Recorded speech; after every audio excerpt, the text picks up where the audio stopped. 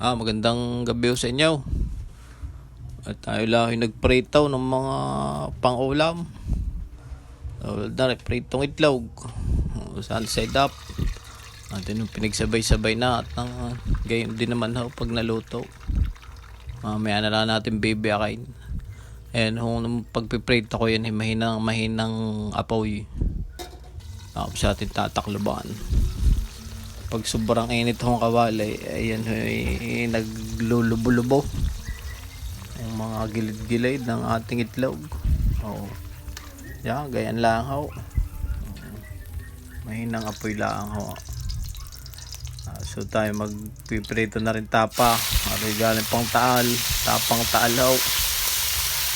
Saglitang prito lang ho aray, parang tig 1 minuto lang kada pisngi. Mahalakas na po ng daling maluto. Rin man pag pinagtagali natigas lang. Ganyan lang, balik-balik. Kata sa 2-3 minuto ayos na yan.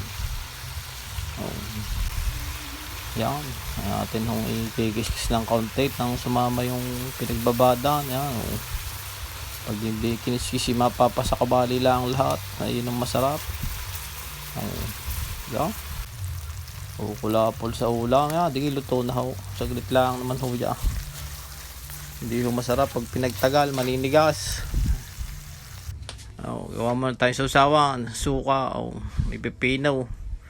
Tapos to yung mansing may kamati, sibuyas. Mga parami na naman ang kain na rin.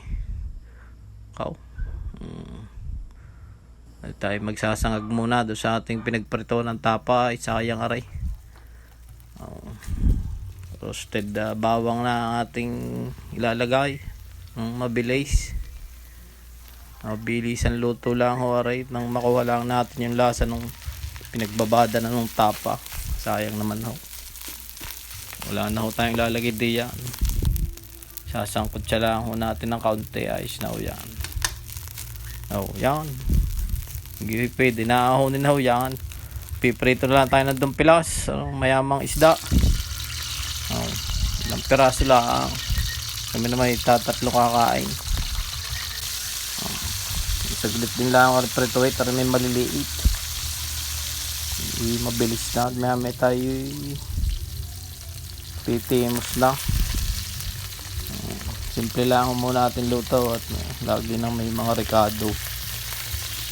Prito muna ng kaunti. Hindi solve na uli ang ating hapunan. Yan, nahuli na ho natin. At nalalim ang gabi. Nagbe-birthdayan pa din sa kabila. Nagkakantahan. Makapakinig ng kanta. Yan, ayos na. Hindi, ayos na waray. Solve na ang ating hapag. Mayroon pang ginahit na pipino.